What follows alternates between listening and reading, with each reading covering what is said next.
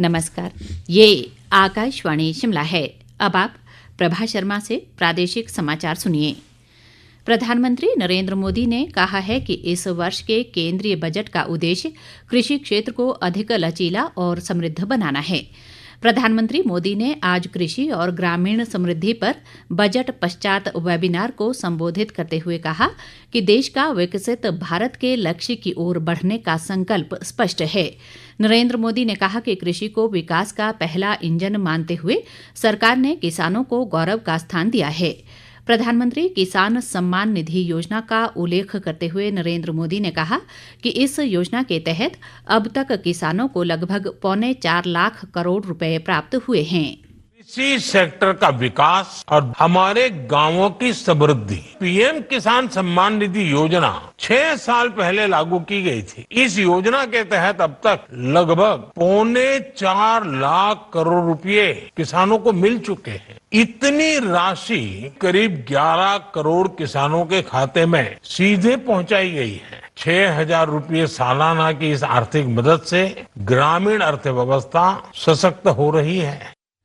प्रधानमंत्री ने कहा कि सरकार ने केंद्रीय बजट में पीएम धन धान्य कृषि योजना की घोषणा की है, जिसके तहत देश में सबसे कम कृषि उत्पादकता वाले 100 जिलों के विकास पर ध्यान केंद्रित किया जाएगा। उन्होंने उल्लेख किया कि वर्तमान में कृषि उत्पादन रिकॉर्ड स्तर पर है। प्रधानमंत्री ने कहा कि पिछले 10 वर्षों में उत्पादन 26.5 करोड़ टन से बढ़कर 33 करोड़ टन से अधिक हो गया है। आज भारत का कृषि उत्पादन रिकॉर्ड स्तर पर है। 10-11 साल पहले जो कृषि उत्पादन 265 मिलियन टन के करीब था, वो अब बढ़कर 330 मिलियन टन से ज्यादा हो गया है। बागवानी में जुड़ा उत्पादन बढ़कर 350 मिलियन टन से ज्यादा हो गया है। ये हमारी सरकार के बीज से बाजार तक की अप्रोच का परिणाम है। केंद्रीय वित्त मंत्री निर्मला सीतारामन ने कहा है कि प्रौद्योगिकी के कुशल उपयोग के कारण सरकार द्वारा जनता से संग्रहित कर का आज बेहतर प्रबंधन किया जा रहा है। उन्होंने आज नई दिल्ली में 49वें सिविल लेखा दिवस समारोह में सार्वजनिक वित्तीय प्रबंधन प्रणाली की भी सराहना की।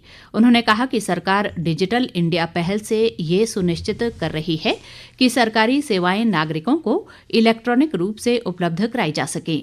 वित्त मंत्री ने कहा कि सार्वजनिक वित्तीय प्रबंधन प्रणाली के माध्यम से 60 करोड़ लाभार्थियों को पारदर्शिता के साथ सेवा प्रदान की जा रही है। पिछले 3 दिन हुई भारी वर्षा व हिमपात के बाद आज अधिकतर क्षेत्रों में मौसम में सुधार हुआ है और हल्के बादलों के बीच धूप खिली। बर्फबारी व वर्षा के चलते राज्य के जनजातीय क्षेत्रों में जनजीवन बुरी तरह प्रभावित हुआ है और इसे पटरी पर लाने के प्रयास जारी हैं।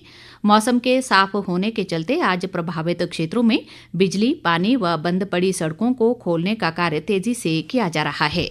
अधिक ब्यौरे के साथ हमारे विशेष संवाददाता। प्रदेश में भारी बर्फबारी व वर्षा के बाद अभी भी कई जगहों पर जनजीवन पटरी पर नहीं लौटा है। बर्फबारी व भूस्खलन की घटनाओं से राज्य में 5 राष्ट्रीय उच्च मार्गों सहित 550 से अधिक सड़कें यातायात के लिए बाधित हैं। इसके अलावा 2263 बिजली ट्रांसफार्मर व 270 से अधिक पानी की योजनाएं प्रभावित हुई हैं। हालांकि आज मौसम साफ होने के चलते बिजली, पानी व यातायात को बहाल करने का कार्य में विभागों द्वारा तेजी लाई गई है। लाहौल स्पीति, किन्नौर, पांगी, भरमौर व डोडरा-क्वार का संपर्क शेष विश्व से कटा हुआ है। मौसम की स्थिति को देखते हुए किन्नौर व लाहौल स्पीति जिले के अलावा चंबा के पांगी और कुल्लू जिला के मनाली, बंजार सहित कुल्लू उपमंडल में शिक्षण संस्थानों में आज अवकाश घोषित किया गया है। हालांकि ये हिमपात व वर्षा कृषि व बागवानी के लिए बेहतर मानी जा रही है। मौसम विभाग केंद्र शिमला के अनुसार अगले 24 घंटों के दौरान प्रदेश में मौसम के सामान्य बने रहने के आसार हैं। रितेश कपूर, आकाशवाणी समाचार, शिमला। प्रदेश कांग्रेस की नई कार्यकारिणी के गठन को लेकर मंथन का आज दूसरा दिन है। प्रदेश कांग्रेस प्रभारी रजनी पाटिल इसी सिलसिले में शिमला स्थित कांग्रेस मुख्यालय राजीव भवन में संगठन के गठन को लेकर बैठकें कर रही हैं।